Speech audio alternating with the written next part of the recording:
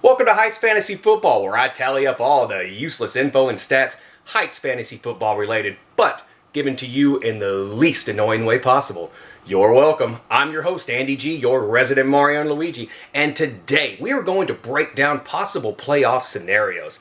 I mean, let's face it, besides the actual playoffs, the week preceding it can create some great drama with teams fighting for final playoff spots and better seeding.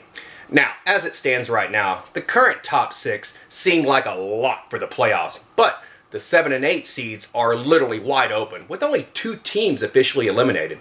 So let's get started and find out who's going to the playoffs.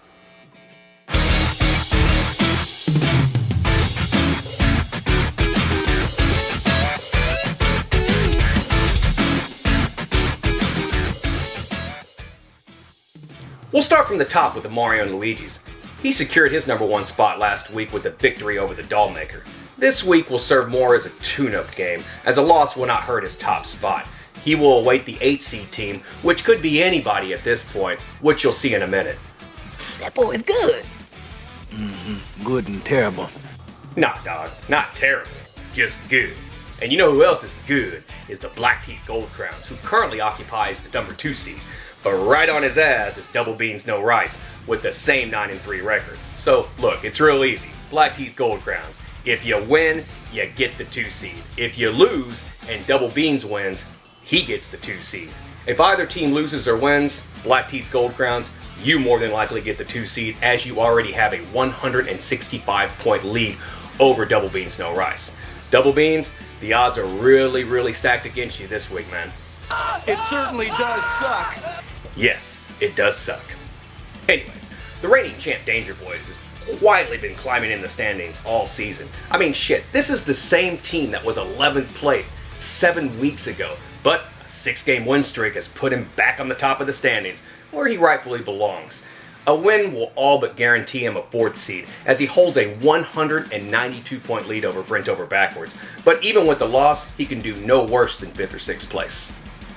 Speaking of 5th place, Brit Over backwards will try to finish the season strong. She started the season off really well, going 6-0, but has since dropped 5 of her last 6 contests. A win will guarantee her the 5th seed, but she can do no worse than 6th place even with the loss. Dave and the Protesters will look to win back-to-back games for only the 2nd time this season. That's hard to believe. He could finish as high as a 4 seed with the win, but he would need some help from Brit Over backwards and the Danger Boys. But even with the loss, he can do no worse than an 8 seed. Okay, now this is where things get a bit tricky. Clear Diamonds and the Dollmaker currently occupy the 7 and 8 seeds respectively. Now, it's real easy, guys. You win, and you're in. You can do it! Cut his fucking head off! Yes, you can, because if you lose, then you're gonna need some help, because right on your ass is Joe F and Carrie's one time at band camp. Joe F and Carrie would have to win their games, coupled by either a Clear Diamonds or Dollmaker loss. Plus, they would have to outscore them as well. The Dollmaker does make the easiest target, as she has 80 points less than the next lowest team, which would be Joe F. The bad news for all 4 of these teams is they play the top 4 seeded teams this week. Oh no! We suck again! Well, I don't suck. You suck. Anyways, should be a hell of a finish this week.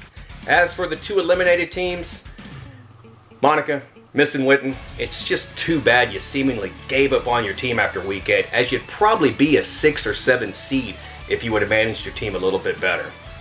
Emily, you did everything you could, just wasn't your year. Well, that wraps things up. I will revisit sometime next week, but until then, this has been Heights Fantasy Football. I'm your host, Andy G.